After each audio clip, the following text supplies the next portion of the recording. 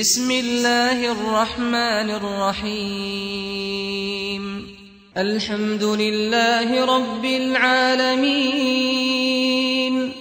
الرحمن الرحيم مالك يوم الدين إياك نعبد وإياك نستعين اهدنا الصراط المستقيم صراط الذين أنعمت عليهم غير المغضوب عليهم ولا الضالين.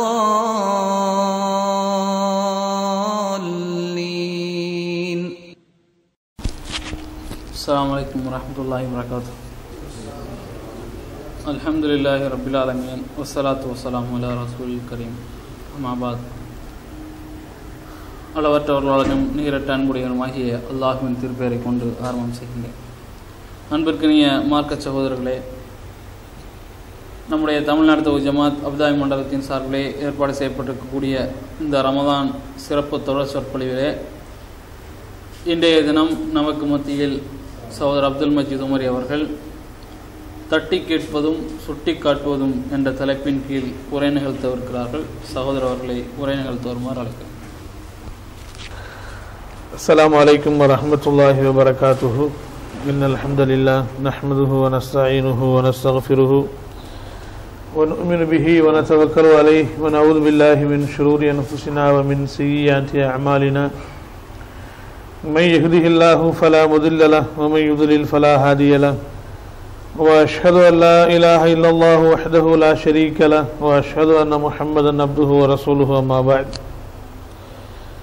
فقد قال الله تعالى في كلامه المجيد: أعوذ بالله من الشيطان الرجيم: والمؤمنون والمؤمنات بعضهم أولياء بعض يأمرون بالمعروف وينهون عن المنكر. கண்ணியத்திற்குரிய சகோதரர்களே, பெரியவர்களே, எல்லாம் வல்ல அல்லாஹ் ஜல்ல ஷானஹு தஆலா சிறப்பான ஒரு மார்க்கத்தில் தூய்மையான அடிப்படையில் நம்மை எல்லாம் வாழச் செய்திருக்கிறான்.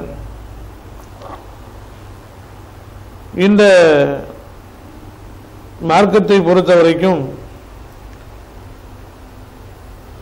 இஸ்லாம் என்பது எப்படி என்று சொன்னால், நம்முடைய முன்னோர்கள் சொல்லுவார்கள், கேட்டு கேட்டுத்தான் இஸ்லாம் என்று சொல்லுவார்கள். கேட்டு கேட்டுத்தான் என்று சொன்னால், யாரோ சொல்ல யாரோ கேட்டு அதை ஒருவருக்கொருவர் எடுத்து சொல்லி அதுவல்ல இஸ்லாம். ஜாஹிலியா காலத்து இஸ்லாம் அப்படித்தான் இருந்தது. ஜாஹிலியா காலத்து இஸ்லாம் என்று சொன்னால் ஒரு 25 வருடங்களுக்கு முன்னால் இஸ்லாம் என்பது என்ன என்றால், இவ்வாறுதான் யாரோ சொன்னதாக யாரோ கேட்டு அதை சொல்வார்கள். இஸ்லாம் மார்க்கத்தினுடைய அடிப்படை ஆதாரங்கள் என்ன சொல்கிறது என்பதை பற்றியெல்லாம் அவர்களுக்கு கவலை இல்லை. என்ன சொன்னாலும் அது ஹதீஸ், ஹதீஸ் கேட்க போகிறோம் என்று போவார்கள். அங்கே என்ன பேசப்படும்? அங்கே பெரியார்களுடைய கதைகள் சொல்லப்படும், அல்லது பல புராணங்கள் பேசப்படும். மசாலாக்கள் என்கிற பேரிலே 100 மசாலா 1000 மசாலா போன்றவைகள் எல்லாம் பரிமாறப்படும். அதையெல்லாம் ஒரு பெரிதாக கேட்டுக்கொண்டு அதைத்தான் மார்க்கம் என்று நம்பி வந்த ஒரு காலம் இருந்தது. ஆனால் உண்மையில் இஸ்லாம் என்பது கேட்டு கேட்டுத்தான், அதில் சந்தேகம் இல்லை. எப்படி கேட்டு கேட்டு என்றால், அல்லாஹ்விடம் ஜிப்ரீல் அலைஹிஸ்ஸலாம் அவர்கள் கேட்டு, ஜிப்ரீல் அலைஹிஸ்ஸலாம் அவர்களிடமிருந்து முஹம்மது நபி ஸல்லல்லாஹு அலைஹி வஸல்லம் அவர்கள் கேட்டு, முஹம்மது நபி ஸல்லல்லாஹு அலைஹி வஸல்லம் அவர்களிடமிருந்து சஹாபாக்கள் கேட்டு, அவரிடமிருந்து தாபிகள் கேட்டு, அவரிடமிருந்து தபா தாபி கேட்டு, அதற்கு பிறகு இமாம் புகாரி கேட்டு, முஸ்லிம் கேட்டு, அபூதாவூத் கேட்டு, முஸ்லிம் இப்னு மாஜா கேட்டு, நசஈ கேட்டு, அஹ்மது கேட்டு, தபரானி கேட்டு, தபரி கேட்டு, இப்படி பல்வேறு விதமான ஹதீஸ் தொகுப்பு ஆசிரியர்கள் கேட்டு அதற்கு பிறகு நாம் கேட்கிறோமே, இதுதான் இஸ்லாம். அதை விட்டு விட்டு எதை சொன்னாலும் கேட்டுக்கொண்டிருக்கக்கூடிய ஒரு நிலை இல்லை. இந்த மார்க்கம் எந்த விதமான கலப்பும் இல்லாமல் நம்மை சேர வேண்டும் என்று சொன்னால் நம்முடைய சுற்றுப்புற சூழலை சரியாக அமைத்துக் கொள்ள வேண்டும். நம்முடைய நட்பு வட்டாரம் சிறப்பாக இருக்க வேண்டும். நாம் யாரை நட்பு கொள்வது என்பதை பற்றி அல்லாஹ் ஜல்லஷானஹு தஆலா திருமறை குர்ஆனிலே சொல்கிறான். வல் முஃமினூன வல் முஃமினாத், முஃமினான ஆண்களும் சரி முஃமினான பெண்களும் சரி, பாதுஹும் அவுலியாஉ பஅத், ஒருவருக்கொருவர் உற்ற நண்பர்கள். எந்த வகையில் என்றால் யஅமுருன பில் மஅரூஃபி வ யன்ஹவுன அனில் முன்கர், அவர்கள் நல்லவற்றை ஏவுகிறார்கள், தீயவற்றை தடுக்கிறார்கள். நட்பினுடைய அடையாளம் இதுதான். நாம் நல்லது செய்யால் இருக்கிற போது நம்முடைய ஒரு நண்பன் நம்மை நல்லது செய்ய ஏவுகிறான் என்றால் அவன் சிறந்த உற்ற நண்பன். நாம் தீமை செய்கிற போது நம்முடைய தீமையை அவன் சுட்டிக்காட்டுகிறான் என்று சொன்னால் அவன் உண்மையிலேயே நல்ல நண்பர் என்ற அடையாளத்தை நபிகள் அல்லாஹ் ஜல்லஷானஹு தஆலா இந்த வசனத்தின் மூலமாக நமக்கு தெளிவுபடுத்துகிறான். அப்போ அதுதான் நட்பு.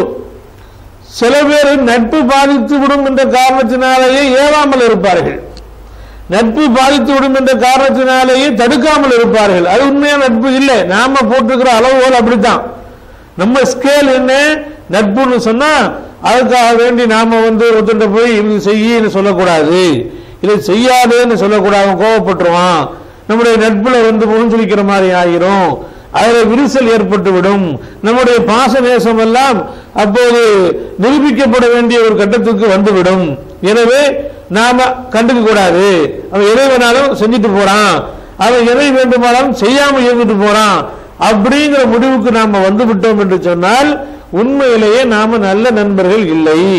நாம அவனை குழி தோண்டி புதைக்க போறோம், கூட இருந்துகிட்டே நாம அவனுக்கு குழி பறிக்கிறோம் என்று பொருள்.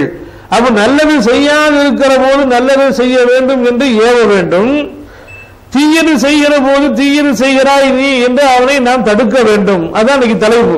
தட்டி கேட்பது, சுட்டி காட்டுவதும் தட்டி கேட்பதும் தான் தலைப்பு. அப்ப இது இருந்தால்தான் தூய்மையான மார்க்கம் என்பது பின்பற்றப்படும். இது இல்லாத வரைக்கும் யார் வேண்டுமானாலும் எதை வேண்டுமானாலும் மார்க்கம் நினைச்சுக்கிட்டு அதை அவர்கள் பின்பற்றி கொண்டு போவார்கள். இது நம்மிடம் இருக்க வேண்டிய மிக முக்கியமான தகுதி என்பதை அல்லாஹ் ஜல்லஷானஹு தஆலா சொல்கிறான். வல்தக்கும் மின்கும் உம்மத்துன், உங்களில் ஒரு கூட்டம் இருக்கட்டும், வல்தக்கும் மின்கும் உம்மத்துன் யதுஊன இலல் கைர், நன்மையின்பால் அழைக்கக்கூடிய கூட்டமாக இருக்கட்டும். உங்களுடைய ஒரு கூட்டம். எல்லாரும் அதை செய்ய மாட்டாங்க, எல்லாரிடத்திலும் அந்த மாதிரி இருக்காது. 10 பேர் இருக்கிறான்னா ஒத்தந்தான் ஏவுவான், தடுப்பான். அப்ப அந்த மாதிரி அந்த ஏவக்கூடிய தடுக்கக்கூடிய அந்த 10 பேர் அந்த ஒருவன் இது நாம் சொல்றோம் அந்த ரேஷியோ அளவுல ஒரு கூட்டம் இருக்கும்.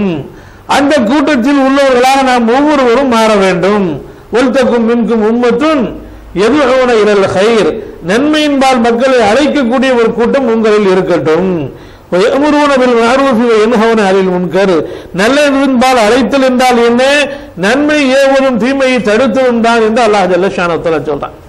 நன்மை ஏவுதலும் தீமையை தடுத்தலும், இதுதான் நாம சிறந்த ஒரு சமூகம் என்பதற்கு அடையாளம் என்று வேறொரு வசனத்திலே சொல்கிறார். குன்தும் கைர உம்மத்தின் உஹ்ரிஜத் லின்னாஸ், மனிதர்களிலேயே நீங்கள் சிறப்பான மக்களாக இருக்கிறீர்கள், சிறந்த சமுதாயமாக இருக்கிறீர்கள். இந்த வகையிலே தஅமுருன பில் மஅரூஃபி வ தன்ஹவுன அனில் முன்கர், நீங்கள் நல்லதை ஏவுகிறீர்கள், தீமையை தடுக்கிறீர்கள். இந்த வசனத்தை துண்டாடியவர்கள் தப்லீக் ஜமாத்துக்காரங்க. நல்லதை ஏவனா போதும், தீமையை தடுக்க வேணாம், நல்லதை ஏவிக்கிட்டே போயிடுவோம். ஏன்னு சொன்னா வெளிச்சத்தை ஏற்படுத்தினா போதும் இருள் தானே விலகிவிடும், இருளை விளக்குவதற்காக வேண்டி தனி ஒரு முயற்சி மேற்கொள்ள வேண்டிய அவசியம் இல்லை அப்படிங்கிற மாதிரி ஒரு உதாரணத்தை அவர்கள் சொன்னார்கள். எப்பவுமே உதாரணம் என்பது அடிப்படையாக ஆகாது. அதை முதல்ல நாம பேசிக்க தெரிஞ்சு வச்சுக்கிறோம். உதாரணம் என்பது அடிப்படையாக ஒருபோதும் ஆகாது. ஒரு அடிப்படையை விளக்குவதற்கு உதாரணத்தை நாம் என்ன செய்யலாம், கைகொள்ளலாம்.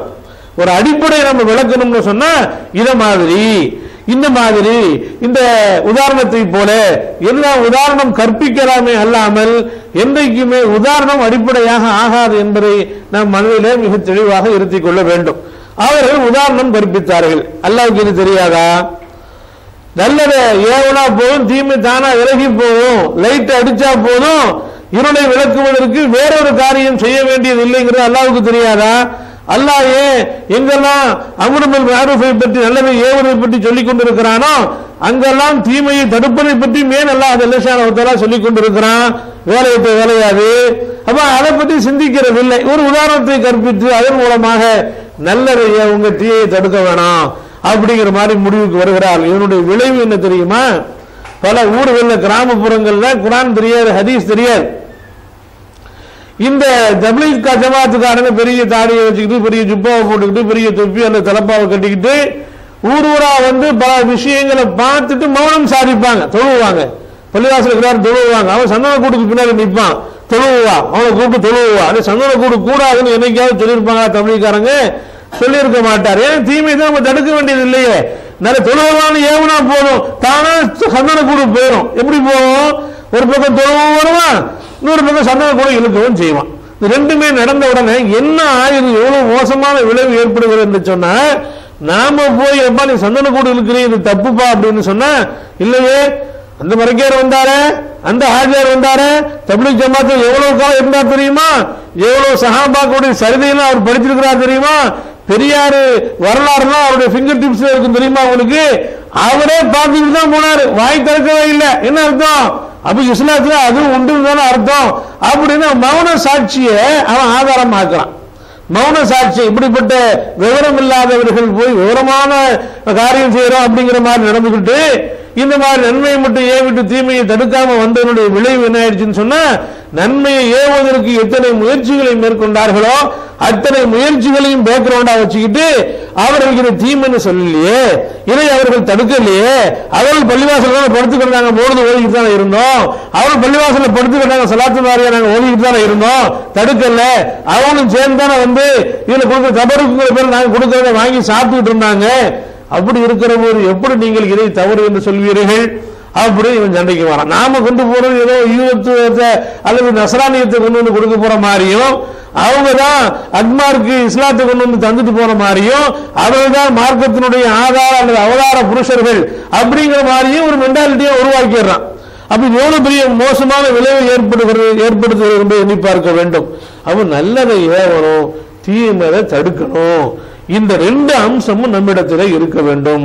இது அல்லாஹ் ஜல்லஷானஹு வ தஆலா குர்ஆன்ல சொல்லும்போது, உது இலா சபீலி ரப்பிக பில் ஹிக்மத்தி வல் மௌஇலத்தில் ஹஸனா வஜாதில்ஹும் பில்லதி ஹிய அஹ்ஸன். மக்களை அழகிய நுட்பமான முறையிலும் அழகிய உபதேசத்தின் முறையிலும் அல்லாஹ்வுடைய வழியின்பால் அழையுங்கள். அவசியப்பட்டால் நாகரிகமான முறையிலே விவாதமும் செய்யுங்கள் என்று அல்லாஹ் ஜல்லஷானஹு வ தஆலா சொல்கிறார். அப்போ இது நபியுடைய பணி. நபிக்கு பிறகு இந்த சமூகத்தினுடைய பணி. இந்த சமூகத்தில் யார் நல்லது கெட்டதை சரியாக ஆதார அடிப்படையில் விளங்கிக் கொள்கிறார்களோ, அடிப்படை ஆதாரங்கள் மூலமாக விளங்கிக் கொள்கிறார்களோ, அவர்கள் மீது இந்த பணி கடமையாக்கப்பட்டிருக்கிறது. இதை கண்டிப்பா செய்துதான் ஆகணும். இதை செஞ்சாதான் செய்யக்கூடியவர்கள் மார்க்க ஞானத்தை அவ்வப்போது ரிஃப்ரெஷ் பண்ணிக்கிட்டே இருக்கிறாங்கன்னு அர்த்தம். அது மட்டுமல்ல, சுற்றுப்புற சூழலும் சரியாக தெரிந்து கொண்டே வருகிறது என்று பொருள். இல்லைன்னு சொன்னா, நான் பக்கத்து வீட்டுக்காரன் தம்பாக்கு போடுறான், அவன் பார்க்கிறோம், நமக்கு ஒன்றும் டிஸ்டர்ப் இல்லை. அவன் பல்லுக்கு இடையில வச்சுக்கிட்டு அவன் படுத்து கிடக்கிறான், நமக்கு என்ன இருக்குது? நமக்கு ஏதாவது டிஸ்டர்பா? அந்த வாடகை வருதா? ஒன்றும் இல்லை. அப்படி நாம விட்டுறோம். கொஞ்ச நாள் அப்படியே போனோன்னு என்ன ஆகும்? தம்பாக்குன்னு அடிக்கடி அவன் பல்லுக்கு இடையில வைக்கிறானே, அது என்னன்னு எட்டி பார்ப்போம். அதுக்கப்புறம் கொஞ்ச நாள் போன உடனே எடுத்து மோந்து பார்ப்போம். அதுக்கப்புறம் நாமளும் அதை வச்சு பார்ப்போம். அப்படிங்கிறது இருக்கும், தெரியாது, சொன்னவங்களை வச்சு நான் சொல்றேன். அப்போ இந்த மாதிரி ஒரு ஏதோ ஒரு பழக்கம் வந்த உடனே அது எனக்கு சகஜமா போயிடும். அதுக்கு முன்னாடி அதை பார்த்த உடனே தம்பாக்கு யூஸ் பண்றானா, இவ்வளவு மோசமான பழக்கம் இது, அவன் தனக்கு தீங்கு ஏற்படுத்திக் கொள்ளக்கூடியதையும் அனுபவிக்க கூடாது என்பதாக மார்க்கத்தினுடைய நிலைமை. அப்படி இருக்கவோ நம்ம நண்பன் பக்கத்து பெட்டுக்காரன் இதை அவன் பயன்படுத்துகிறான் என்று சொன்னா, நாம உரிமையோடு அதை தடுக்க வேண்டும் என்று சொல்லி அவன் இடத்துல நம்ம சொல்றோம், எப்ப அதை செய்யாத, அது தப்பு என்று சொல்லுகிறோம் என்று சொன்னா, அப்படி சொன்னாதான் அவன் தவிர்த்துக் கொள்வான் என்பது மட்டுமல்ல, நம்மை அறியாமல் நாம் அதில் விழுவதிலிருந்து நம்மை தற்காத்துக் கொள்கிறோம் என்பதையும் புரிந்து கொள்ள வேண்டும். இல்லைன்னா சகஜமா போயிடும். அப்ப அதுலேயாவது நாம் நம்மை தற்காத்து ஒரு சுயநலத்தையாவது நாம் மனசுல கொள்ளணும், சுயநலனையாவது மனசுல கொள்ளணும். நாம் அதில் விழுந்துடக்கூடாது, அதுக்காக வேண்டியாவது அவனை நாம் தவிர்க்க சொல்ல வேண்டும் அப்படிங்கிற முடிவுக்காவது குறைஞ்சபட்சம் நாம் வர வேண்டும். அதனால நல்லதை ஏவுவது தீமையை தடுத்தது, இது மார்க்கத்தினுடைய அடிப்படை. அல்லாஹ்வுடைய தூதர் ஸல்லல்லாஹு அலைஹி வஸல்லம் சொன்னார்கள், அத்தீன் வ நஸீஹா, மார்க்கம் என்பது நலன் நாடுவது. லிமன் யா ரசூலல்லாஹ், அல்லாஹ்வுடைய தூதரை யாருக்கு நலன் நாட வேண்டும் என்று சஹாபாக்கள் கேட்கிறாங்க. லில்லாஹி, அல்லாஹ்வுக்காக, ஒலி ரசூலிஹி, அல்லாஹ்வுடைய தூதருக்காக, ஒலி கிதாபிஹி, அல்லாஹ்வுடைய வேதத்திற்காக என்று பெருமானார் ஸல்லல்லாஹு அலைஹி வஸல்லம் அவர்கள் வரிசைப்படுத்திக் கொண்டே வருகிறார்கள். வ அய்யிம்மத்துல் முஸ்லிமீன வ ஆம்மத்திஹிம், முஸ்லிம்களில் தலைவர்களுக்காகவும் பொதுமக்களுக்காகவும் என்று பெருமானார் ஸல்லல்லாஹு அலைஹி வஸல்லம் சொன்னாங்க. நசீஹத்தில் எல்லாத்தையுமே கொண்டு வந்துட்டாங்க. அல்லாஹ்வுக்காக நலம் நாடு, அல்லாஹ்வுடைய தூதருக்காக நலம் நாடு, அல்லாஹ்வுடைய வேதத்துக்காக, முஸ்லிம்களின் தலைவர்களுக்காக, பொதுமக்களுக்காக. ஒரு முஸ்லிம் இன்னொரு முஸ்லிமுக்கு செய்ய வேண்டிய கடமைகள்ல அந்நுஸ்ஹு லிகுல்லி முஸ்லிமின் என்று பெருமானார் ஸல்லல்லாஹு அலைஹி வஸல்லம் சொல்கிறார். அந்த ரெண்டு செய்தியுமே புகாரியிலே பதிவு செய்யப்பட்டிருக்கிறது. அந்நுஸ்ஹு லிகுல்லி முஸ்லிம், ஒவ்வொரு முஸ்லிமுக்கும் நசீஹத்து செய்வது, நல்லதை ஏவதாக இருந்தாலும் சரி, தீயதை தடுப்பதாக இருந்தாலும் ரெண்டுமே சேர்ந்து நசீஹத்து தான். ஆனா மென்டாலிட்டி எப்படி இருக்குதுன்னு சொன்னா, உபதேசம் மட்டும் வேண்டாம். உபதேசமா அதை நீ சொல்லாத, நீ சொன்னா நான் கேட்க மாட்டேன், போதும் தொட்டு என்று சொல்லுகிற வகையிலே நம்முடைய சகோதரர்களுடைய நிலைப்பாடு இருக்கிறது. அன்பு சகோதரர்களே, ரெண்டு விஷயத்தையும் கவனிக்கணும். ஒன்று, தவறுகளை சுட்டிக்காட்டக்கூடியவர்கள் எவ்வளவு பவ்யமாக சுட்டிக்காட்ட வேண்டும், அது இருக்குது இல்லையா?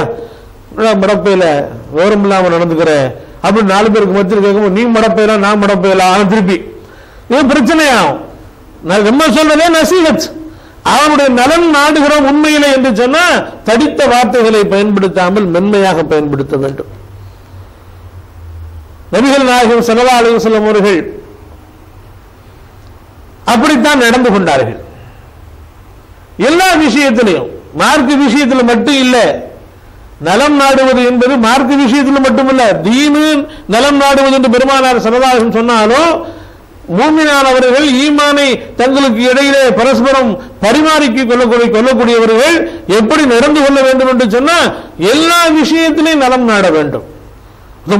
டூப்ளிகேட் பொருளை வாங்குறான், பார்த்துக்கிட்டு வசமா மாட்டிக்கிட்டான், இவனுக்கு இதுவும் வேணும் இன்னமும் வேணும் அப்படின்னு நினைக்கிறதா, போய் அவன்கிட்ட சொல்லி டூப்ளிகேட்டுப்பா, இதை வாங்காத, இது திஜாரி, இதை வாங்காத, நல்ல பொருள் இல்லை, அதை வாங்காத, கடை விரித்தேன் கொள்வார் இல்லை என்று சொல்வார் வள்ளலார்.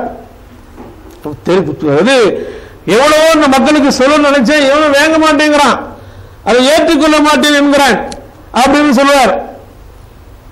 இப்படி நல்லது சொல்ல வந்தவர்கள்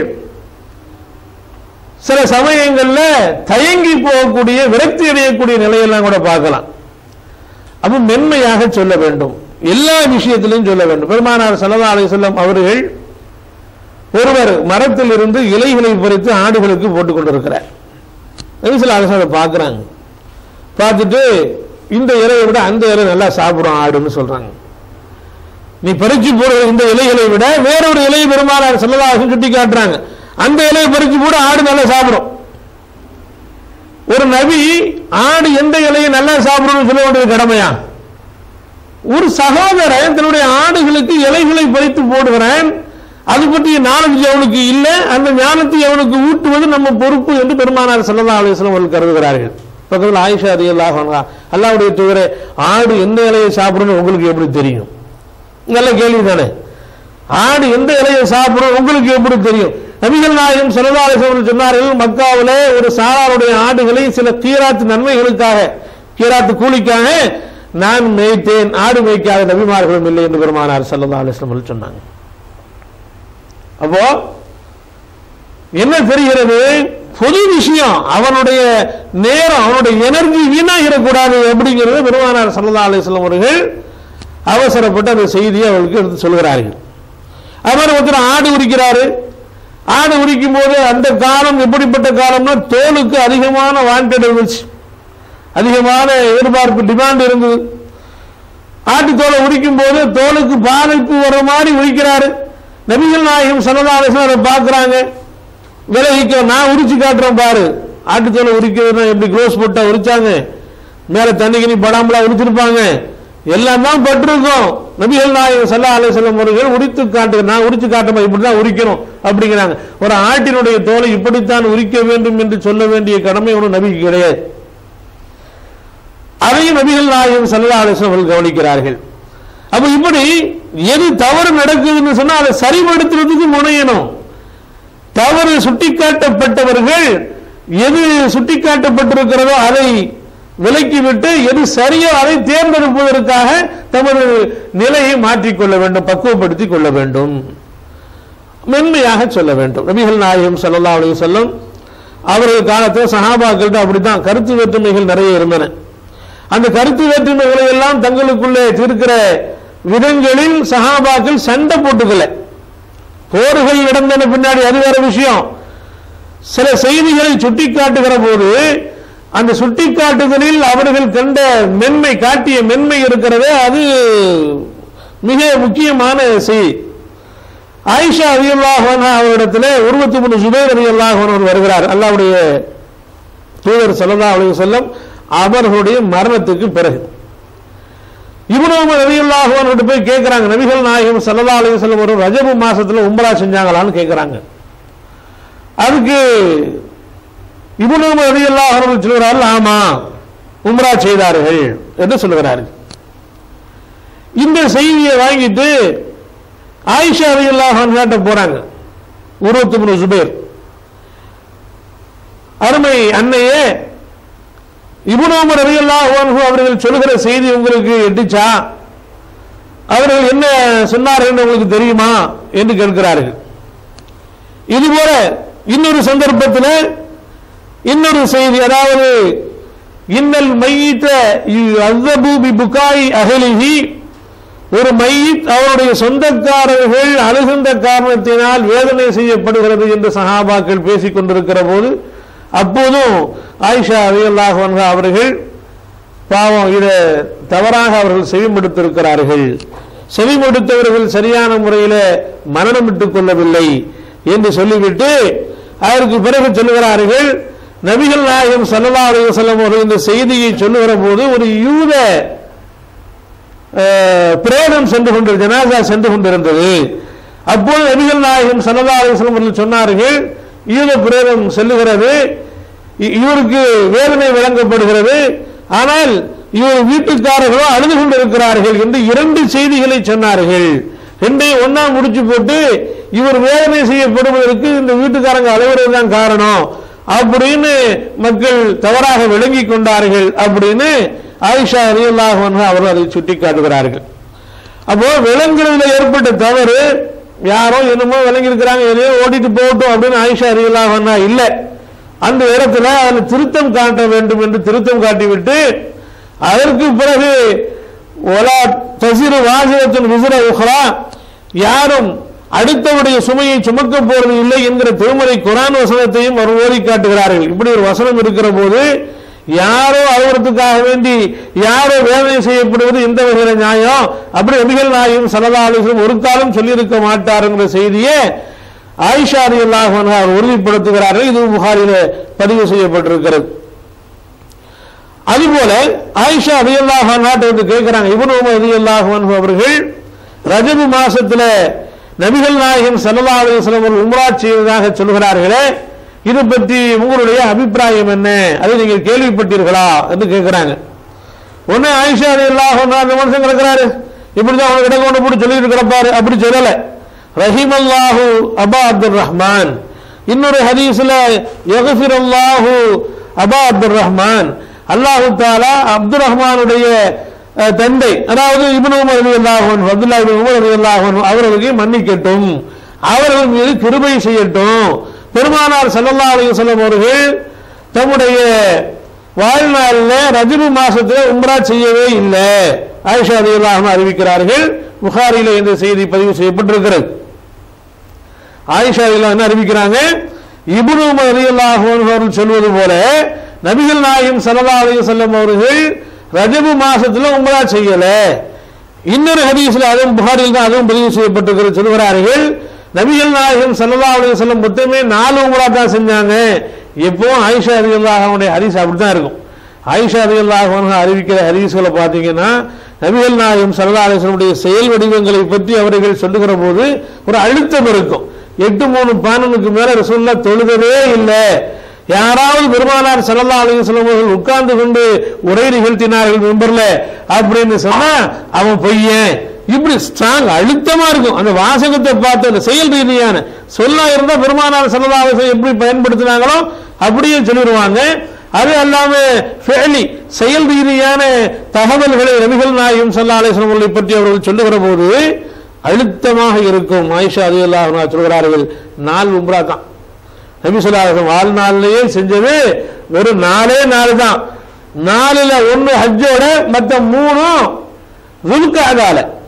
துல்காதால தான் நடந்துச்சு. ரஜபுல ஒண்ணுமே கிடையாது அப்படின்னு சொல்லிட்டு முஸ்லீம்ல கூடுதலாக சில தகவல் என்ன வருது அப்படின்னு சொன்னா, நபிகள் நாயகம் ஸல்லல்லாஹு அலைஹி வஸல்லம் அவர்கள் இந்த 4 உம்ரா தான் வாழ்க்கையிலேயே செஞ்சாங்க அப்படின்னு ஆயிஷா ரலியல்லாஹு அன்ஹா சொன்னாங்க இல்லையா? அதை தொடர்ந்து சொல்லுகிறார்கள், இந்த 4 உம்ராவுடைய இப்னு உமர் ரசூலுல்லாஹ் கூட தான் இருந்தாங்க. புரியுதா? இப்னு உமர், எந்த இப்னு உமர் ரஜப மாசத்துல ரசூலுல்லாஹி ஸல்லல்லாஹு அலைஹி வஸல்லம் உம்ரா செய்ததாக சொன்னாங்களோ அந்த இப்னு உமர் நபி ஸல்லல்லாஹு அலைஹி வஸல்லம் கூடவே இருந்தாங்க. அந்த 4 உம்ராலையும் 5வது உம்ரா அவங்க செய்யல. அந்த ஒரு உம்ரா 4லயும் 1 கூட ரஜப மாசத்துல இல்ல அப்படிங்கறத ஆயிஷா ரலியல்லாஹு அன்ஹா அவர்கள் தெளிவுபடுத்துகிறார்கள். அந்த ஹதீஸினுடைய பின்னாடி ஒரு அறிவிப்பாளர் அதா என்பவர் சொல்லுகிறார், ஆயிஷா ரலியல்லாஹு அன்ஹா அவர்கள் இந்த செய்தியை எந்த சபையில சொல்றாங்களோ அந்த சபையில இப்னு உமர் இருக்கிறார். ஏல டிக்ளேர் பண்றாங்களோ இப்னு உமருக்கு அல்லாஹ் கிருபை செய்யட்டும், இப்னு உமரை அல்லாஹ் மன்னிக்கணும், அவர் கேட்ட விஷயத்தை நிறைய மறந்து போயிடுறாரு, அவரு மரணம் விடவில்லை. ஆனா உண்மையிலே பெருமானார் ஸல்லல்லாஹு அலைஹி வஸல்லம் ரஜப மாசத்துல உம்ரா செய்யல. 4 உம்ரா தான் நடந்துச்சு, 3 துல்காதால 1 ஹஜ்ஜில. ஆக வேறு உம்ராக்கள் செய்யப்படவில்லை. இந்த 4 உம்ராவிலையும் இப்னு உமர் கூட தான் இருந்தாரு அப்படின்னு ஆயிஷா ரலியல்லாஹு அன்ஹா சொல்கிறார்கள்.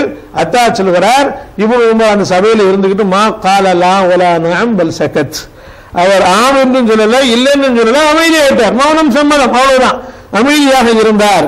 பாருங்க, ஒரு தவறு அது இன்னொரு மூலமாக எடுத்துக்கொண்டு வந்து ஆயிஷா ரலியல்லாஹு அன்ஹாட்ட வெரிஃபிகேஷனுக்கு வருது. அதுல ஆயிஷா ரலியல்லாஹு அன்ஹா அவர்கள் எடுத்தேன் கவிழ்த்தேன்னு பதில் சொல்லல, திட்டவட்டமான ஞானங்களை அவர்கள் தொகுத்து வழங்குகிறார்கள். அதற்கெல்லாம் முன்னாடி தவறான செய்தியை சொன்னார், அவருக்கு ஒன்றும் தெரியாது அப்படிலாம் சொல்லல.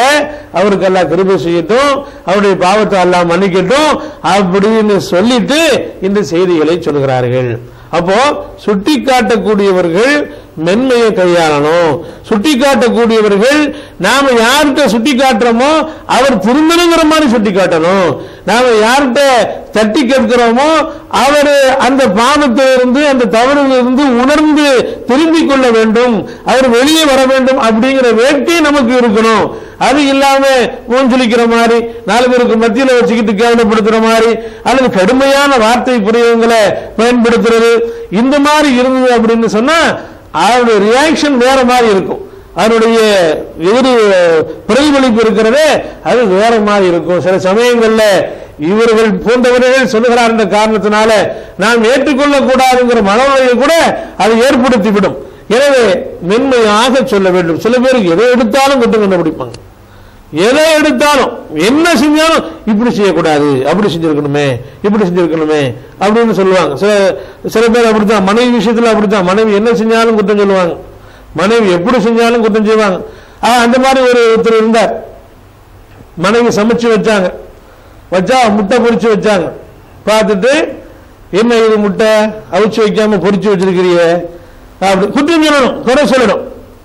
ஆஹா பொரிச்சு வச்சா அவர் சாப்பிட மாட்டார் போல அப்படின்னு சொல்லிட்டு ஒரு நாள் என்ன செஞ்சாங்க, அவிச்சு வச்சுட்டாங்க. மறுநாள் பார்த்துட்டு என்ன முட்டையை அவிச்சு வச்சிருக்கிற, பொரிச்சுல வைக்கணும் அப்படின்னு இருக்காரு. அது பொரிச்சு வச்சா அவிச்சு வைக்கணுங்கிறாரு, அவிச்சு வச்சா பொரிச்சு வைக்கணுங்கிறாருன்னு இவரு விடுதலை யாரதுக்கு என்ன வழின்னு என்ன பண்ணிட்டாங்க, 3வது நாள் ஒரு முட்டையை அவிச்சு வச்சுட்டாங்க, இன்னொரு முட்டையை பொரிச்சு வச்சுட்டாங்க. இவருடைய ஹேபிட் என்ன, எப்படியாவது குறை சொல்லணும். சண்டாளி அவிச்சு வைக்க வேண்டிய முட்டையை பொறிச்சு வச்சிருக்கிற, பொறிச்சு வைக்க வேண்டிய முட்டையை அவிச்சு வச்சிருக்கிறேன் நானா? ஏதாவது குட்டினா அவன் தரப்புல ஏதாவது சொல்லணும், சொல்லாம விட்டனா அப்படியே மிஞ்சி போயிடுவான். அப்படியே சில பேர் சொல்லி அனுப்புவான், அப்படியே முந்தானையில முடிஞ்சிருவா, பார்த்து போ, எது எடுத்தாலும் குறை சொல்லியே பழகு. அப்படிதான் பயந்து பயந்து பயந்து எதுவும் செய்வா. நீ ஆரம்பத்திலே தலையை ஆட்ட ஆரம்பிச்சுன்னு வச்சுக்கோ, இன்னைக்கு ஆட்டு தலைதான், லாஸ்ட் வரைக்கும் நீ ஆடியே தொலையணும் அப்படின்னு சொல்லி நிறைய பேர் என்னமோ பெரிய அனுபவங்கள் எல்லாம் முதிர்ச்சி அடைந்த மாதிரி உபதேசம் பண்ணி அனுப்புவாங்களா. அவன் போகும்போதே டெரரா தான் போவான். போகும்போது ஒரு மாதிரிய முகத்தை வச்சுட்டு போவான், உங்களுக்கு சீக்க மாட்டான், புண்ணு இருக்காது, ஒரு மாதிரியே போ, என்ன ஒரு மாதிரியை பாக்குறாரா அவரு, அப்பவே பயந்து நடுங்கும் அந்த பிள்ளை. அப்ப அந்த மாதிரியான ஒரு சூழல் ஏற்பட்டுரும். அப்ப அதிலிருந்து தவிர்த்து கொள்ள வேண்டும். எதை கண்டாலும் எந்த பிரச்சனை வந்தாலும் சுட்டி காட்டுறது, தட்டி கேட்கறது, நீ அப்படி செய்யற இப்படி செய்யறன்னு சொல்றது, அப்படிதான் செய்யறான்னா சொல்லலாம், தப்பு இல்லை. தட்டி கேட்கிற மாதிரி சுட்டி காட்டுற மாதிரியான விஷயங்கள் இருந்தன என்று சொன்னா கண்டிப்பா அது சம்பந்தமாக நாம முயற்சி மேற்கொள்ள வேண்டும். இந்த வகையில் பெருமானார் ஸல்லல்லாஹு அலைஹி வஸல்லம் அவர்கள் உருவாக்கிய அந்த சமூகம் அப்படித்தான் இருந்துச்சு. எந்த விஷயமா இருந்தாலும் நபிகள் நாயகம் ஸல்லல்லாஹு அலைஹி வஸல்லம் கேட்பாங்க இல்லையா?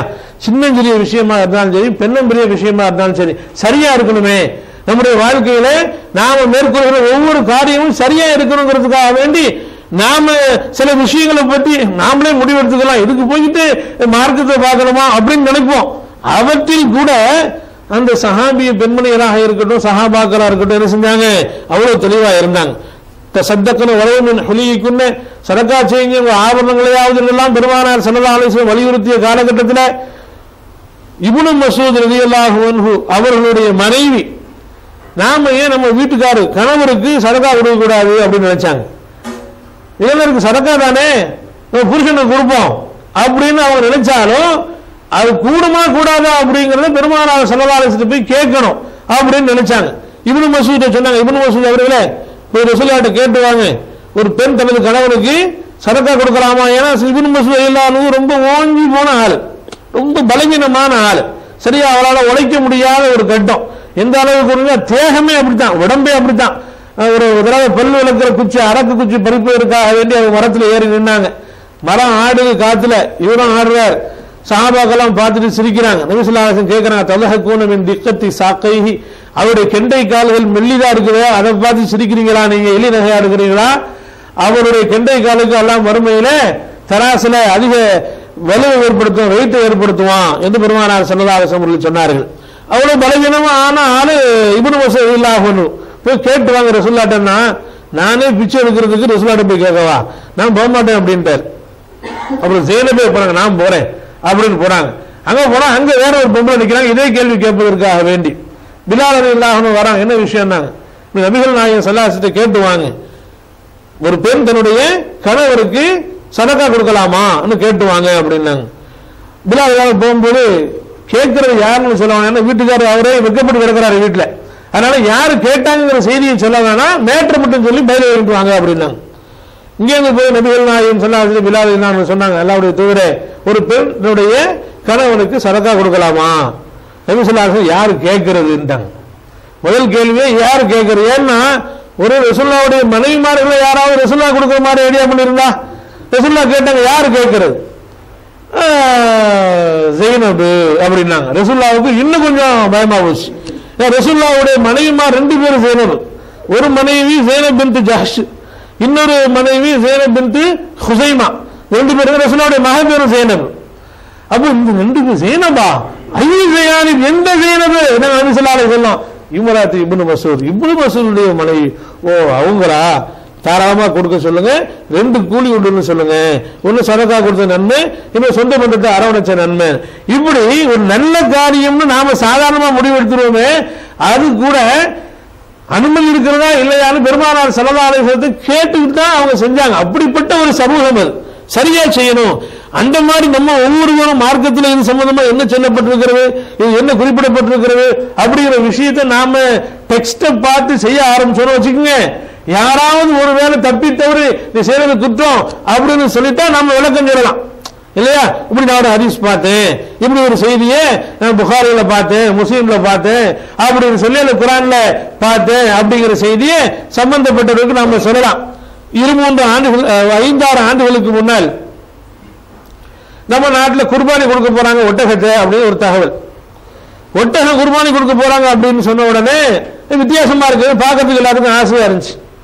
அதை விட ஒரு அதிரடி தகவல் என்ன வந்துச்சுன்னு சொன்னா, ஒட்டகத்துல 10 பேர் பங்கேற்கலாம், ஷேர் ஹோல்டர்ஸ் எத்தனை பேரு, 10 பேரு. அப்படி இதுவரைக்கும் 7 பேர் கேள்விப்பட்டிருக்க, மாட்டிலையும் ஒட்டகத்திலையும் எப்படி 10ன்னு ஆச்சு அப்படின்னு தமுகவுடைய கொறடா அவர் என்ன பண்ணாரு, கொள்கை பரப்பு செயலாளர் இருக்கிறார், அவர் போன் பண்ணார். என்னங்க 10ன்னு சொல்றாங்களே, எப்படி என்ன ஏது? அவரு தமுகவில் ரொம்ப ஈடுபாடு உள்ளவர். அவர் மகனுக்கு போன் பண்ணி சொல்லியிருக்கிறார், எப்பா இந்த மாதிரி ஒட்டகத்தில் சேர்ந்துருங்கப்பா அப்படின்னு. டிஎன்டிஜியில் சேர்ந்துட்டாத்தா, ஒட்டகத்தில் அங்கே 10 பேர், ஷேருடைய ரேட்டு கம்மியா இருக்குன்னு. 10 பேர்லாம் கிடையாதுடா, 7 தான்டா அப்படின்னா. இல்லை டிஎன்டிஜி அறிவிச்சா சரியா இருக்கும் அப்படின்னு மகன் சொல்றான். அத்தா தமுக ரொம்ப செயல் வீரராக இருக்கிறார். உடனே 10 எப்படிடா, இல்லடா அப்படின்னு சொல்லி எனக்கு போன் பண்ணி கேட்கிறார். அப்போ நான் என்ன சொன்னேன், அப்படியா 10 சரியில்லையே, அப்படி இது வரைக்கும் நம்ம கேள்விப்பட்டது இல்லையே அப்படின்னு நான் அண்ணனுக்கு அடிக்கிறேன். ஆமா நசையில 10 ஹதீஸ் இருக்குது, நான் இதுல மெயில் அனுப்புறேன், அனுப்புனாரு. அப்புறம் பார்த்தோம் 10 இருக்கு, எடுத்து காமிச்சா இதுவரைக்கும் யார் மறைச்சது கேட்கிறாரு. யார் மறைச்சது? ஏன்னா நான் பின் பண்ணி வச்சிருக்கேன் அந்த பக்கத்தை. நாம ஒட்டகத்தை அறுக்க போறோம் இந்த வருஷம். ஒட்டகம் பத்தி, ஒட்டக குர்பானி பத்தி என்ன சட்டம் இருக்கிறது பார்க்கிறோம். பார்க்கும்போது 10ன்னு கிடைக்குது ஹதீஸ், டிக்ளேர் பண்றோம். இவ்வளவு விஷயம் செய்யணும். ஹதீஸா அறிவிப்பாளர் பார்க்கிறோம், அறிவிப்பாளர் வருஷம் சரி நம்ம டிக்ளேர் பண்றோம். மறைச்சு வைக்கணும், யாருக்கு சொல்லிடக்கூடாது அப்படின்னு ஏதாவது நம்முடைய ஐடியா இருந்துச்சா? அதெல்லாம் ஒன்றும் கிடையாது. அப்போ இந்த அளவுக்கு நாம நம்முடைய அமல்களை எப்போ வெளியே கொண்டு வர போறோமோ, மேற்கொள்ள போகிறோமோ, அப்போது குர்ஆன் ஹதீஸ்ல இது பற்றி தகவல் என்ன இருக்கிறது அப்படிங்கிறத பார்த்துக்கிட்டோம் அப்படின்னு சொன்னா, யாரை ஆட்சேபித்தாலும் நம்ம ஸ்திரமா நிக்கலாம். என்னப்பா ஆட்சேபனை, இதான்பா விஷயம், இதான் உண்மை, இதான் முடிவு, இதான் தீர்வு, இதான் தீர்ப்பு அப்படின்னு சொல்ல முடியும். அந்த முடிவுல நம்ம தெளிவாக இருக்க வேண்டும். எனவேதான் சஹாபா பெருமக்கள் ஒவ்வொரு விஷயத்திலையும் பெருமானார் ஸல்லல்லாஹு அலைஹி வஸல்லம் கேள்விகளை கேட்டாங்க. என்ன ஒரு ஆம்பளைகிட்ட கேட்கக்கூடாத கேள்வி எல்லாம் கூட பெண்கள் கூச்சம் இல்லாம ரசூலுல்லாஹ் கேட்டாங்க. கூச்சப்பட்டு அந்த இடத்துல ரசூலுல்லாஹ் தான், அந்த பொம்பளை அந்த சஹாபி பெண்மணி கூட கூச்சப்படலை. அதாவது தூதரே எனக்கு மாதவிடாயை தாண்டி ரத்த ஒழுங்குக்கு என்ன செய்யறதுன்னு கேட்கிறாங்க. நபிகள் நாயகம் ஸல்லல்லாஹு அலைஹி வஸல்லம் அவர்கள் தவல்லி அப்படின்னு சொல்றாங்க, சுத்தமாகிக்கொள் அப்படிங்கிறாங்க. ரசூலுல்லாஹ் சுத்தம் இல்லாம தான் போயிட்டு இருக்குங்கிற, சுத்தமாகிக்கொள்ளுங்களா என்ன அப்படின்னு திருப்பி கேட்கிறாங்க. பக்கத்தில் ஆயிஷா இதெல்லாம் இங்க வா, அங்க போயிட்டு இங்க போய் கேட்டுட்டு இருக்கிறிய, இந்த பக்கம் வா அப்படின்னு ரசூலுல்லாஹ் அங்க போமா அப்படிங்கிறாங்க. அதுக்கப்புறம் போன உடனே ஆயிஷா இதெல்லாம் விளக்குறாங்க. அது அதிகப்படியாக ரத்தமா இருந்ததுன்னு சொன்னா அதை தொடச்சிக்கோ, பஞ்சு அதாவது இந்த ஈரத்தை உறிஞ்சுகின்ற பொருள் இருந்ததுன்னா அதை வச்சு நீ அதை கட்டிக்கோ, கட்டிக்கிட்டு நீ சுத்தமானவளை போலவே எல்லா அமல்களையும் செய்ய அப்படின்னு பெருமானார் ஸல்லல்லாஹு அலைஹி வஸல்லம் சொல்லுகிறார்கள்ங்கிறத ஆயிஷா ரலியல்லாஹு அன்ஹா விளக்குறாங்க. அப்ப பாருங்க, என்ன மீட்டிங் ஆகிட்டு இருக்குது, சரி மாதவிடாய் இருந்துட்டு போகுது அப்படிங்கிற முடிவுக்கு வரல. இதை போய் ரசூலுல்லாஹ்ட்ட கேட்கவாச்சு அசிங்கமாச்ச அப்படின்னு நினைக்கல. சட்டம் அதை கேட்டு தெரிந்து கொண்டு நாம் நம்மை திருத்திக் கொள்ள வேண்டும் என்பது அவ்வளவு தெளிவாக சஹாபிய பெண்மணிகளும் இருந்தார்கள் அப்படிங்கிறத பார்க்கிறோம். நபிகள் நாயகம் ஸல்லல்லாஹு அலைஹி வஸல்லம் கேட்கிறாங்க, அஸ்மா பின்த் அபீ பக்கர் ரலியல்லாஹு அன்ஹா, அல்லாஹ்வுடைய தூதரே என்னுடைய அம்மா வர்றாங்க. எங்க அம்மா முஷ்ரிக்கானவங்க, அபூபக்கர் ரலியல்லாஹு அன்ஹுடைய மனைவி ஆயிஷா, அஸ்மா ரலியல்லாஹு அன்ஹாவுடைய தாயார் வர்றாங்க. வரும்போது நபி ஸல்லல்லாஹு அலைஹி வஸல்லம் கேட்கிறாங்க, தாய் வர்றாங்க, அந்த தாயை வரவேற்கிறதுக்கு அல்லது அவங்களோட குசலம் விசாரிக்கிறதுக்கு, அவங்க நலம் விசாரிக்கிறதுக்கு யாராவது தடை சொல்லுவாங்களா? இதுக்கு போய் மார்க்கம் தடையா நிக்குமா அப்படின்னு நமக்கு தோணுது. ஆனா அவங்க அப்படி நினைக்கல. அல்லாஹ்வுடைய தூதரை ஓடி வராங்க, அல்லாஹ்வுடைய தூதரே என் தாயார் வரதா கேள்விப்பட்டேன், ஆனா அவங்க முஷ்ரிக்கு, அஃப அசிலுஹா, நான் அவங்கள்ட்ட பணியுடைய செய்யும் விதமாக பண்போடு நடந்து கொள்ளலாமா? இல்ல முஷ்ரிக்கு நீ நஜீஸ் வெளியே போ அப்படின்னு விரட்டுறதா? அந்த கருத்தை கேட்கிறாங்க. அஃப அசிலுஹான்னு என்ன அர்த்தம்? ஒரு தாயிட்ட மகள் எப்படி நடந்து கொள்ள வேண்டுமோ அப்படி முவாசலா அரவணைத்தல் அந்த கடமை உணர்வோடு நடந்து கொள்ளலாமா? ஏன் ஒஹி முஷ்ரிகத்துன், முஸ்லீம் இல்ல, அவங்க ஈமான் கொள்ளல, இப்ப வரைக்கும் அவங்க முஷ்ரிக்கா தான் இருக்கிறாங்க, இப்ப என்ன சட்டம் அப்படின்னு கேட்கிறாங்க. அப்ப நபிகள் நாயகம் ஸல்லல்லாஹு அலைஹி வஸல்லம் சொல்றாங்க, சிரிஹா இன்னஹா உம்முகி, சேர்த்துக்கோ, அரவணைச்சுக்கோ, கடமையை செய்ய, பணிவிடைய செய்ய, அவங்க முஷ்ரிக்கா இருந்தாலும் அவன் தாய் தானே, தாய்ங்கிற அந்த உறவு இல்லாம போயிடுமா அப்படிங்கிறத பெருமானார் ஸல்லல்லாஹு அலைஹி வஸல்லம் அவர்கள் சொன்னார் என்பதை பார்க்கிறோம். இப்படி சஹாபாக்கள் ஒவ்வொரு விஷயத்தையும் எது சரி அப்படிங்கிறத பார்த்துக்கிட்டு அந்த அடிப்படையில நடந்திருக்கிறார்கள் என்பதை பார்க்கிறோம். அப்போ நாம ஒரு காரியத்தை செய்யறோம்னா நாம செய்யற காரியத்தை பற்றி வெட்டியோ அல்லது ஒட்டியோ மார்க்கம் என்ன சொல்லுகிறது என்பதை தெரிந்து கொண்டோம் என்று சொன்னால், வெட்டி சொன்னா அதை விட்டுவிட்டு ஒட்டி சொன்னா அதை தொட்டுக்கொண்டு நாம நம்முடைய மார்க்க காரியங்களை மேற்கொள்ள வேண்டுமே அல்லாம தான் தோண்டித்தனமாக நடந்து கொள்ளக்கூடாதுங்கிறது ஒரு பாயிண்ட். ஒருவேளை நம்ம கவனத்தில் வரல, நமக்கே தெரியல அப்படி ஒரு விஷயம், அப்ப அந்த மாதிரியான கட்டத்தில் யாராவது நமக்கு எடுத்து சொன்னாங்கன்னா ஏத்துக்கணும். யாராவது எடுத்து சொல்றாங்கன்னு சொன்னா அது ஏற்றுக்கொள்ளக்கூடிய மனநிலை வேணும். சொல்லாத, போதும், நிறுத்து, தொட்டு அப்படின்னு நம்ம சொன்னோம்னா இது ரொம்ப அபாயகரமான விஷயங்க. இது ரொம்ப அபாயகரமான விஷயம். ஏன்னா எல்லாத்தையுமே ஏத்துக்கிறது ஆபத்து, எல்லாத்தையுமே ஏத்துக்கிறது ஆபத்து, எதையுமே ஏத்துக்காம இருக்கிறது அதை விட ஆபத்து இல்லையா? அப்ப அந்த சூழ்நிலையில சொல்லப்படுகிற செய்தி என்ன என்று உள்வாங்கிக் கொண்டு அந்த செய்தியை பற்றிய ஆதாரம் என்ன என்ற அடிப்படையை நாம் அலசி ஆராய்ந்து அதை நாம் செயல்படுத்திக் கொள்ள வேண்டும். நாம் செய்வது தவறு என்று சுட்டிக்காட்டப்பட்டா அதை ஏற்றுக்கொள்ளக்கூடிய மனோநிலை நமக்கு இருக்க வேண்டும்.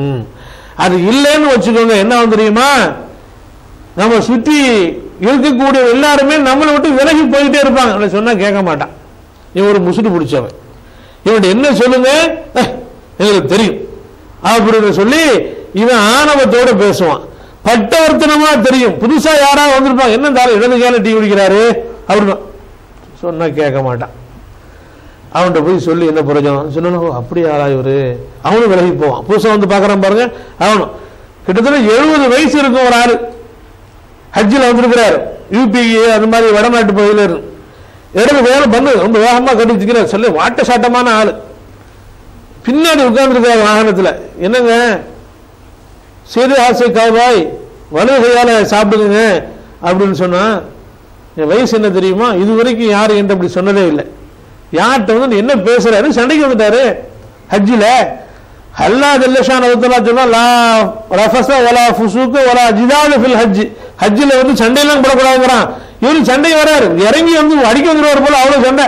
எதுக்கு, இடது கையால அவர் சாப்பிட்டதே வலது கையால சாப்பிட்டுக்கலன்னு சொன்னதுக்காக வேண்டி.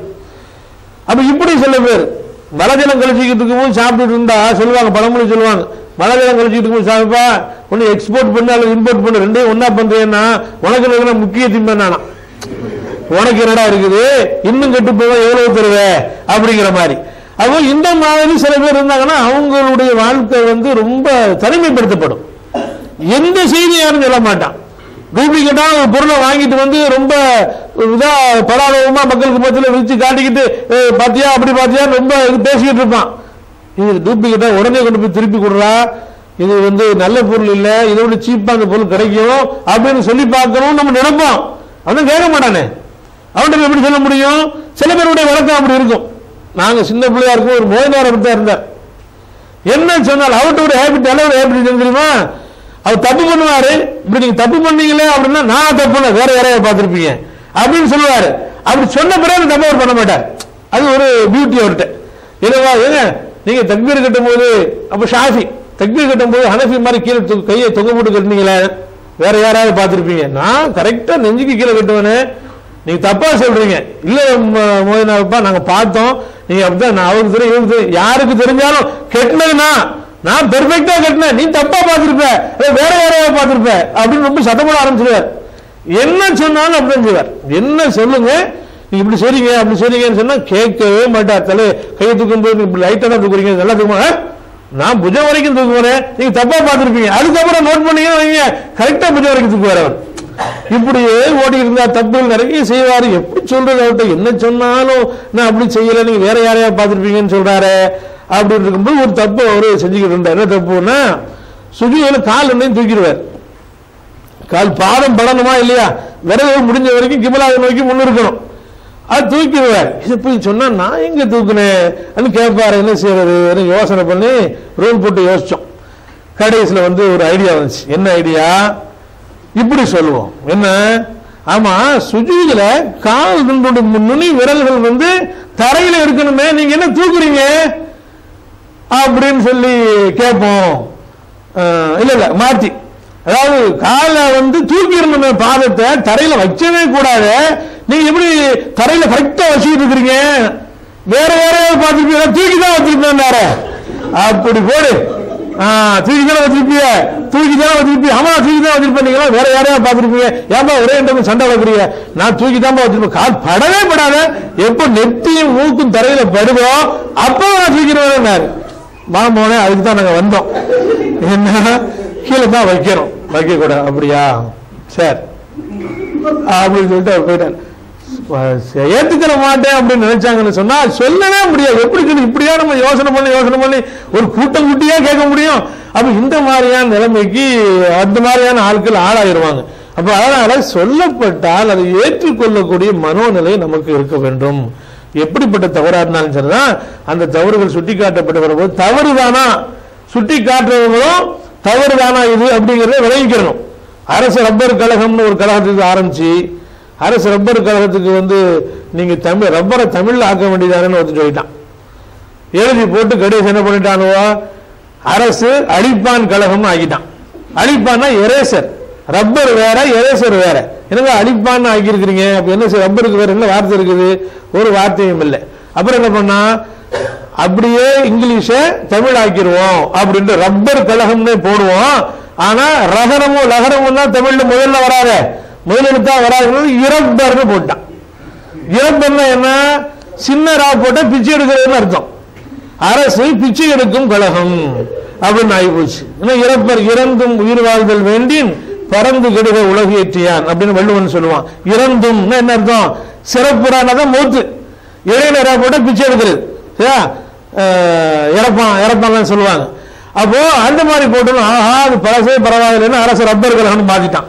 என்ன அப்போ அந்த மாதிரி திருத்தம் சொல்பவர்கள் சரியான திருத்தத்தை சொல்வதற்கு உணைய வேண்டும். அதையும் இல்லாம எடுத்தேன் கவிழ்த்தேன்னு சொல்லிட்டு எதை கண்டாலும் குற்றம் சொல்வது அப்படிங்கிற நிலைமை இல்லாம, அதே நேரத்தில் குற்றம் சுமத்தப்படக்கூடியவர்கள் அல்லது தட்டி காட்டி சுட்டி காட்டப்படக்கூடியவர்கள் இருந்தாங்கன்னு சொன்னா அவர்கள் அதை நன்மையா ஏற்றுக்கொள்ளணும். ஏன் நம்முடைய நன்மைக்காக சொல்லப்படுது. அப்படியா நல்லதுங்க, நான் திருத்திக்கிறேன், ஜஸாக்கல்லாஹு ஹைரன் பாரக்கல்லாஹு ஃபீக், அதை சொல்லணுமே அல்லாம நீ பொத்து உபதேசம்னா அவனுக்கு தேவையில்லை, போதும் எங்களுக்கு தெரியும், இதெல்லாம் தெரியும்னு சொன்னா ஏன் தப்பு பண்ற? தெரியும் என்று இருக்குமானால் அந்த தவறை நீ ஏன் செய்கிறாய்? தவறு செய்யப்போய் தானே சுட்டி காட்டப்படுகிறது. அப்ப சின்னஞ்சிறிய தவறுகளாக இருந்தாலும் பெண்ணம்பிரிய தவறுகளாக இருந்தாலும் சுற்றி இருப்பவர்கள் சுட்டி காட்டினால்தான் அந்த தனிநபராக இருந்தாலும் சரி, அந்த சமூகமாக இருந்தாலும் சரி திருந்துவதற்கு வாய்ப்பு இருக்கிறது. அதை கண்டுகொள்ளாம விட்டோம் அப்படின்னு சொன்னா திருந்துறதுக்கு வாய்ப்பு அவருக்கு இல்லைங்கிறது மட்டுமல்ல, நாளடைவில் நாமும் அந்த தீமையில போய் விழுந்துருவோம். இதற்கு பெருமானார் ஸல்லல்லாஹு அலைஹி வஸல்லம் அவர்கள் அருமையான அந்த கப்பல் கதையை சொன்னாங்க இல்லையா? கப்பல் உதாரணம் சொன்னாங்க. மேல ஒரு தட்டு, கீழே ஒரு தட்டு. கீழே இருக்கக்கூடியவர்கள் தண்ணீருக்காக வேண்டி மேலதான் போகணும். மேல போய் எடுத்துட்டு வரும்போது அவர்கள் சிரமத்தை நாம அவர்களுக்கு கொடுக்க வேணாம், தண்ணி நம்ம பக்கத்துல தானே இருக்குது அப்படின்னு சொல்லிட்டு கப்பல் என்ன செஞ்சான், ஓட்டையை போட்டான். ஓட்டை போடும்போது கீழே தானே ஓட்டை போடுறான், நாம மேல தானே இருக்கிறோம், மேல உள்ளவங்க இருந்துட்டாங்க. என்ன ஆகும்? தண்ணி உள்ள ஏறினா மூழ்க போறது என்னதுதான், மேல் தளமும் தான் மூழ்க போகுது. அப்ப தவறுகளை கண்டும் காணாமல் இருந்தால் நாமும் மூழ்கி விடுவோம் அப்படிங்கிறதுல எந்த விதமான சந்தேகமும் இல்லை. அப்படிங்கிறத பாமரர்களுக்கும் விளங்கும் விதமான அந்த உதாரணத்தின் மூலமாக நபிகள் நாயகம் ஸல்லல்லாஹு அலைஹி வஸல்லம் அவர்கள் தெளிவுபடுத்தி இருக்கிறார்கள். அப்படியானால் அன்பு சகோதரர்களே, நாம நம்மளை பாதுகாக்கணும். முதல்ல நாம நம்மை பாதுகாத்துக் கொள்வதற்காக வேண்டியாவது இந்த மாதிரி காரியங்கள்ல யாராவது ஈடுபட்டாங்கன்னு சொன்னா அவர்களை தடுக்க வேண்டும். அவர்களை அந்த தீமையில் இருந்து தவிர்க்க செய்வதற்காக வேண்டி எவ்வளவு லாபகமாக சொல்ல முடியுமோ, என்னென்ன சான்றுகளை சமர்ப்பிக்க முடியுமோ, என்னென்ன தேவையான தகவல்களை சொல்ல முடியுமோ சொல்லி அந்த அடிப்படையில் இதை நீங்கள் செய்ய வேண்டாம் அப்படின்னு சொன்னா அது அவர்களுக்கு உரைக்கும். தன்னால வரணும் அல்லது சொன்னாலாவது வரணும். இந்த ரெண்டுமே வராது அப்படின்னு இருந்தாங்க அப்படின்னு சொன்னா அல்லாஹ் தான் அவங்களை காப்பாற்றணும், வேற ஒண்ணுமே பண்ண முடியாது. எனவே அன்பு சகோதரர்களே, நல்லதை ஏவுவதும் தீயதை தடுப்பதும் நட்பின் அருமையான இலக்கணம் என்று அல்லாஹும் அல்லாஹ்வுடைய தூதர் ஸல்லல்லாஹு அலைஹி வஸல்லம் அவர்களும் சொல்கிறார்கள். அந்த அடிப்படையில் எல்லா விஷயங்கள்லையும் உலக விஷயங்கள்ல கூட ஒருவருக்கொருவர் நல்ல தகவல்கள் தெரியுமானால் அதை பரிமாறி நல்லதை ஏவி தீயதை தடுக்கக்கூடிய அந்த முடிவுக்கு நாம் வர வேண்டும். பெருமானார் ஸல்லல்லாஹு அலைஹி வஸல்லம் அவர்கள் ஒரு பறவையை கட்டி போட்டு ஒருத்தர் அம்பெறிஞ்சு விளையாடிக்கிட்டு இருக்கிறார். நபிகள் நாயகம் ஸல்லல்லாஹு அலைஹி வஸல்லம் கேட்டாங்க, ஏன்பா இதுக்கு வேற ஒரு இலக்கு நீ வச்சுக்க கூடாதான்னு கேட்டாங்க. அப்ப அவர் சொன்னாரு, நான் இலக்கு வேண்டுமே, அம்பெறிஞ்சு விளையாடுறதுக்கு இலக்கு வேண்டும் அல்லவா அப்படின்னு. பெருமானார் ஸல்லல்லாஹு அலைஹி வஸல்லம் அவர்கள் ஒரு உயிர் பிராணி, அது உணவாக கொல்லப்பட வேண்டிய பிராணி, அதை இப்படி சித்திரவதை பண்ணி சின்ன பின்னப்படுத்தின அப்படின்னு சொன்னா அது என்ன நோக்கத்துக்காக வேண்டி படைக்கப்பட்டிருக்கிறதோ அந்த நோக்கத்தை நீ பாழாக்கிய குற்றத்திற்கு ஆளாவாய் என்று பெருமானார் ஸல்லல்லாஹு அலைஹி வஸல்லம் அவர்கள் சொன்னார்கள். அது மாதிரி சுண்டி விளையாடுவது, கற்களை வச்சு சுண்டி விளையாடுவதை பெருமானார் ஸல்லல்லாஹு அலைஹி வஸல்லம் தடை செஞ்சாங்க. விளையாடாத, என்ன தேவை இருக்கு இதுல என்று சொன்னார்கள். நல்லதை ஏவினார்கள். எங்க அலி ரலியல்லாஹு அன்ஹு, ஃபாத்திமா ரலியல்லாஹு அன்ஹா, அந்த ரெண்டு பேரும் சாமத்தில் உட்கார்ந்து பேசிக்கிட்டு இருக்கிறாங்க. பெருமானார் ஸல்லல்லாஹு அலைஹி வஸல்லம் தொழுதுகிட்டு இருக்கிறாங்க, இரவு தொழுகை. அப்போது சொன்னாங்க, அலி ரலியல்லாஹு அன்ஹுவை பார்த்து, ஃபாத்திமா ரலியல்லாஹு அன்ஹாவை பார்த்து, ரெண்டு பேரும் இரவு தொழுகை தொழுவலாமே, இப்படி பேசிட்டு இருக்கிறீங்களே அப்படின்னு. உடனே அலி ரலியல்லாஹு அன்ஹு அவர்கள், அந்த சிந்தனையை உங்களுக்கு போட்டா அல்லாஹ் எங்களுக்கும் போட்டா நாங்க தொழுவோம், அந்த சிந்தனையை உங்களுக்கு போட்டா அதே அல்லாஹ் எங்களுக்கும் போட்டா நாங்க தொழுவோம் அப்படின்னு. பெருமானார் ஸல்லல்லாஹு அலைஹி வஸல்லம் அவர்கள் அங்கிருந்து வெளியே கிளம்புறாங்க. என்ன சொல்லிட்டு போறாங்க, ஓ கானல் இன்சானு அக்ஸர ஷைஇன் ஜதலா, குர்ஆன் வசனத்தை மேற்கோள் காட்டி ஓதிக்கொண்டு தம்முடைய தொடையிலே தட்டியவர்களாக பெருமானார் ஸல்லல்லாஹு அலைஹி வஸல்லம் வெளியேறினார்கள். மனிதன் வீணான தர்க்கத்தில் அதிகமாகவே ஈடுபடுகிறான். இது தேவையா? அப்படியா, முக்கியமான விஷயம் பேசிக்கிட்டு இருக்கிறோம், கொஞ்சம் அப்படி கொஞ்ச நேரம் கழிச்சு தொழுவுறோமே, ஏதாவது ஒரு பதிலை சொல்லியிருக்கலாம். அதை விட்டு போட்டு உங்களுக்கு அந்த உள்ளத்துல போட்ட அதே அல்லாஹ் எங்களுக்கும் போட்டா நாங்க தொழுவோம் வேண்டாமா இல்லையா? நபிகள் நாயகம் ஸல்லல்லாஹு அலைஹி வஸல்லம் அந்த கடினமான வாசகர் குர்ஆன் வசனத்தை தூக்கி போட்டுட்டு அங்கிருந்து நம்ம இருந்து கூட நம்ம கட்டி போயிருக்கிற மாதிரி அந்த இடத்துல பெருமானார் ஸல்லல்லாஹு அலைஹி வஸல்லம் அவர்கள் வெளியேறுகிறார்கள் என்பதை பார்க்கிறோம். அப்ப அப்படியானால் நல்லதை ஏவுவது தீயதை தடுப்புங்கிறது நமக்கு ஒரு பெரிய பாதுகாப்பு. அது மட்டும் இல்லாம ஒவ்வொரு சந்தர்ப்பத்திலும் இது நல்லதா செஞ்சுட்டு இருக்கிறான், நல்லதை செய்யாம இருக்கிறானே அவர் நல்லதை ஏவுவோம் அப்படின்னு நினைக்கிறோம், தீயதை செய்து கொண்டு இருக்கிறானே அதை தடுக்க வேண்டும் என்று நினைக்கிறோம். அப்ப என்ன செய்யறோம், அது சம்பந்தமாக குர்ஆன்ல ஹதீஸ்ல என்ன சொல்லப்பட்டுங்கிறத பார்க்கிறோம். நாலெட்ஜும் நமக்கு கிடைத்து விடுகிறது, நாலெட்ஜும் கிடைக்குது. அது மட்டும் இல்லைங்க, இப்படி சொல்றதுனால சொல்ற நன்மை மட்டும் இல்ல, சொல்கிற நன்மை மட்டும் இல்ல, இதை செயல்படுத்தலாம் பாருங்க, அவன் நன்மையும் நமக்கு கிடைக்கும். அவன் யாருக்கெல்லாம் சொல்லுவானோ அந்த நன்மையெல்லாம் ராயல்டியா நமக்கு கிடைச்சிட்டே இருக்கும். நம்ம மரணத்துக்கு பிறகு கூட தொடர்ந்து வந்து கொண்டே இருக்கிற ஒரு பெரிய உழைப்பு என்ன அப்படின்னு சொன்னா நல்ல இதை ஏவுவதும் தீயதை தடுப்பதும். எனவே சாமானிய விஷயமா யாரும் கருத வேண்டாம். சின்ன விஷயமாக இருந்தாலும் அதுல ஏவ வேண்டிய விஷயங்களை ஏவுங்கள். சின்ன தடுக்கப்பட வேண்டிய விஷயமாக இருந்தாலும் அதில் தடுப்பதில் நாம் கவனம் செலுத்த வேண்டும். அவங்க அப்படிப்பட்டவங்க இவங்க இப்படிப்பட்டவங்கன்னு வயசு அல்லது பதவி அல்லது பொருளாதாரம் இவங்கெல்லாம் காரணம் காட்டாதீங்க. பெருமானார் ஸல்லல்லாஹு அலைஹி வஸல்லம் அப்படி காரணம் காட்டவில்லை. தம்முடைய அருமை பேர குழந்தை ஹசன் ரலியல்லாஹு அன்ஹு சதக்கா பொருள் எடுத்து வாயில போட்ட போது கூட நபிகள் நாயகம் ஸல்லல்லாஹு அலைஹி வஸல்லம் குழந்தை தானேன்னு விடல, வாயில விரலை விட்டு பெருமானார் ஸல்லல்லாஹு அலைஹி வஸல்லம் எடுத்துட்டு கஹ் கஹ் துப்பு துப்புன்னு சொல்லிட்டு சரி சின்ன பிள்ளை தெரியாம சாப்பிட்டுச்சு துப்ப சொல்லிட்டோமே அப்படின்னு போகல, எஜுகேட் பண்றாங்க. அம்மா ததுரி மாலா நஅக்குலு சதகா, நாம சதக்கா பொருள் சாப்பிடக்கூடாதுன்னு உனக்கு தெரியாதாங்கிறாங்க. பிரத்யேகமான சட்டம் கூட இது இல்லையா, பொது சட்டமே இல்லையே. இது நஜீஸு, இது வட்டி பொருள், இது திருடப்பட்ட பொருள், இது நமக்கு தடை செய்யப்பட்ட பொருள் அப்படின்னு பொதுவான தடையில உள்ள விஷயமும் இல்லை. அந்த குடும்பத்துக்கு மட்டுமே தடை செய்யப்பட்ட விஷயம், அந்த குடும்பத்தில் ஒருவர் தானே இவரு அப்படின்னு அந்த சின்ன குழந்தையினுடைய அந்த நடவடிக்கையை பெருமானார் ஸல்லல்லாஹு அலைஹி வஸல்லம் பார்த்துட்டு இப்படி செய்யாதீங்கன்னு சொல்றாங்க. எந்த அளவுக்கு என்று சொன்னால் பெருமானார் ஸல்லல்லாஹு அலைஹி வஸல்லம் அவர்கள் இன்னொரு குழந்தை நபிகள் நாயகம் ஸல்லல்லாஹு அலைஹி வஸல்லம் மடியில தவழுகின்ற நிலையில இருக்கும் போது உணவை 2 கையால சாப்பிடுகிற போது பெருமானார் ஸல்லல்லாஹு அலைஹி வஸல்லம் நம்ம என்ன பண்ணுவோம், அவங்க தட்டில் வச்சு ஒதுக்கி விட்டுரு, அவன் ஒரு மாதிரி நாகரிகம் இல்லாம ஒரு மாதிரியை சாப்பிடுவான், அவன் என்ன செஞ்சுட்டு போவான், 2 கையை போட்டாலும் சரி 2 காலை போட்டாலும் சரி அப்படின்னு பெரிய தட்டில் சகல கூட உட்கார வச்சிருவாங்க. சகன் உள்ளேயே கொண்டு உட்கார வச்சிருவாங்க பிள்ளைகளை, சோறு சிந்தாம இருந்தா போதும் அப்படின்ட்டு. நபி ஸல்லல்லாஹு அலைஹி வஸல்லம் யா குலாம், குழந்தாய், சம்மில்லா அல்லாஹ்வுடைய பேரை சொல், குல் பி யமீனிக் வலது கையால சாப்பிடு, குல் மிம்மா எலிக் உனக்கு முன்னாடி என்ன இருக்குதோ அதை சாப்பிடு என்று பெருமானார் ஸல்லல்லாஹு அலைஹி வஸல்லம் அவர்கள் அப்ப சொன்னது இப்பவும் எனக்கு பசுமரத்தாணி போல நினைவில் இருக்கிற கருத்துல அந்த சஹாபி அறிவிக்கிறார் என்று சொன்னா, யாரையும் பெருமானார் ஸல்லல்லாஹு அலைஹி வஸல்லம் விடல. யாரு தப்பு பண்ணாலும் இதுதான் ஒழுக்கம், இப்படிதான் நடந்து கொள்ள வேண்டும், இதுதான் மாண்பு, இதுதான் பண்பு, இதுதான் பக்குவம் அப்படிங்கிற பெருமானார் ஸல்லல்லாஹு அலைஹி வஸல்லம் விளக்கி இருக்கிறார்கள். எனவே அன்பு சகோதரர்களே, யாரையும் அவருடைய கேட்டகரியெல்லாம் காரணம் காட்டி ஒதுக்கிறாதீங்க. யாரு சொன்னாலும் அவர்களுடைய நிலைமையை நாம ஸ்டேட்டஸ் எல்லாம் பார்த்துக்கிட்டு இவன் என்ன சொல்ல நான் என்ன கேட்கறது அப்படிலாம் நினைக்க கூடாது. மார்க்கத்தை பொறுத்த வரைக்கும் ஷைத்தானே சொன்னாலும், சொல்வது ஷைத்தானாகவே இருந்தாலும் அங்கீகாரம் பெருமானார் ஸல்லல்லாஹு அலைஹி வஸல்லம் அவர்கள் மூலமாக கிடைத்து விட்டது என்று சொன்னா அதை ஏத்தாகணும். இதுல ஆயத்துல் குர்சியில இல்லையா, ஆயத்துல் குர்சியுடைய தன்மையை பற்றி ஷைத்தான் சொன்னா இல்லையா, பெருமானார் ஸல்லல்லாஹு அலைஹி வஸல்லம் என்ன சொன்னாங்க, சதகக வஹுவ கதுபுன், அபூ ஹுரைரா அவன் சொன்னது உண்மை ஆனாலும் அவன் பொய் என்று சொன்னாங்க. உண்மையை ரசூலுல்லாஹ் சீல் வச்சிட்டதுனால, அவர்கள் முத்திரை பதித்து விட்டிருக்கிற காரணத்தினால சொன்னது ஷைத்தானாக இருந்தாலும் அந்த தகவலை நாம் ஏற்றுக்கொள்கிறோம். எனவே சொல்லக்கூடியவர்கள் யாராக இருந்தாலும் சரிதான், ஹதீஸ் அறிவிப்பாளர் வரிசையில அலசப்படுகிற செய்தி அது வேறு, அது கருத்து வேறு, தகவல் வேறு அப்படிங்கிற தனி சப்ஜெக்ட் இன்ஷா அல்லாஹ் இன்னொரு நாள் பார்க்கலாம்.